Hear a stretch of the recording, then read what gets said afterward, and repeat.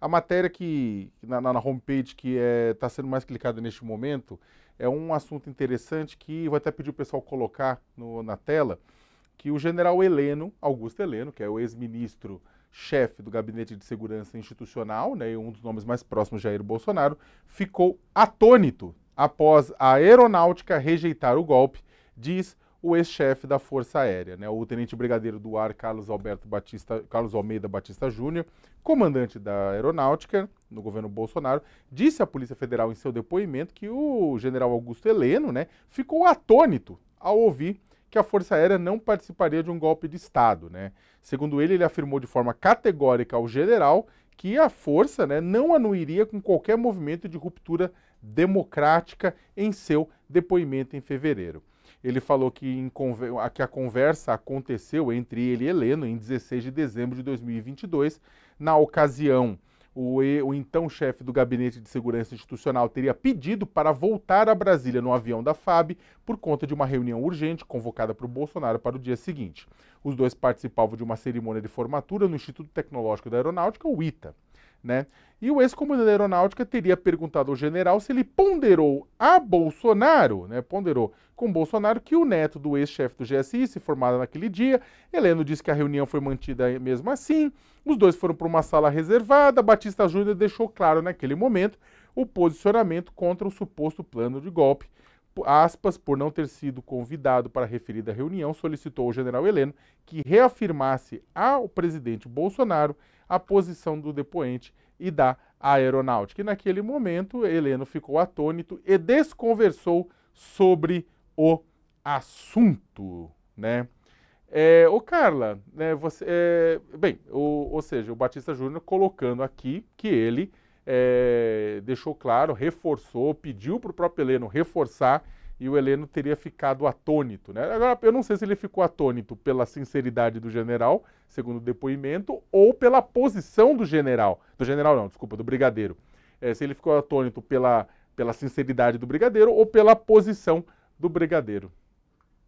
Então, Osaka, era uma coisa curiosa aqui nessa época, né? Porque a gente tinha digamos, esse sequestro do Bolsonaro nas Forças Armadas e ele tinha essa coisa de chamar os comandantes com uma frequência ao Planalto, ao Palácio da Alvorada. A gente sabia disso, a gente noticiava isso, a gente não sabia o teor, né, dessas reuniões. E o que que acontecia é que a gente já sabia, por exemplo, a gente colocava o Garnier com manifestações muito bolsonaristas, a gente sabia, mas o Batista também era visto como bolsonarista. E aí é que tá. Na parte política dele, fora dele, no comando da FAB, ele deixava isso claro. Ele era, por exemplo, muito crítico ao atual presidente Lula e aos governos do PT. E ele tinha ali uma certa simpatia com valores da direita. Ele é um cara um pouco também mais conservador. Talvez isso ajude a explicar um pouquinho o porquê o Heleno ficou aí surpreso de que ele não encampasse algo golpista. Mas aí é o que falam os auxiliares, tanto de Freire Gomes quanto na FAB, sobre essa postura dos então comandantes, que não importa a questão pessoal de cada um, eu não gosto do PT, eu não gosto do Lula, eu não sou obrigado a gostar do Bolsonaro, tal, mas eles mantiveram, e aí está se mostrando isso desses depoimentos, eles mantiveram aí a institucionalidade das coisas.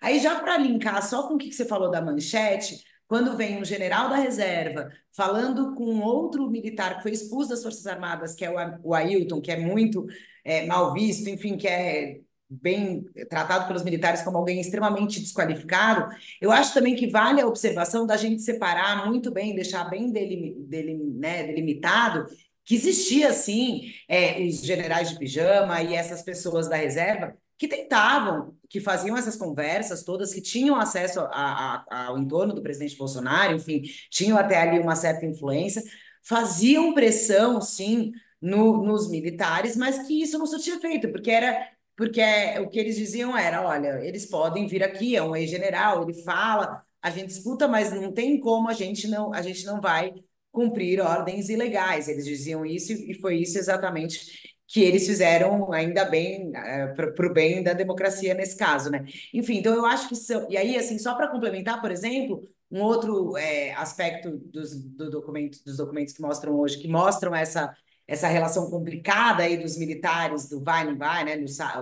O Freire Gomes, por exemplo, ele diz que ele foi chamado de cagão pelo Braga Neto por não ter embarcado no golpe. E ele disse que e ele achava, ele foi ameaçado, a família dele foi ameaçada, ele disse que ele acha que ele sofreu essa pressão toda porque ele não estava aderindo ao golpe. Ou seja, existia uma máquina com militares da reserva e com militares que não estavam na cadeira de comando, sim, para atacar os militares que tinham o poder no momento, como era o caso do Freire Gomes, que admite aí também no depoimento que sofreu ameaças porque ele não estava aderindo ao golpe. Então, assim, é bem grave mesmo todas essas revelações, mas aí é aquela coisa que os próprios militares falam, o ministro Múcio da Defesa diz muito isso sobre quando ele vem abertamente dizer que ele é a favor da punição das pessoas, como você citou, saca? Para tentar isentar a instituição. Então, nesse caso, quando vem todas essas maluquices pensadas por militares da reserva, os da ativa atuais também falam e fazem bastante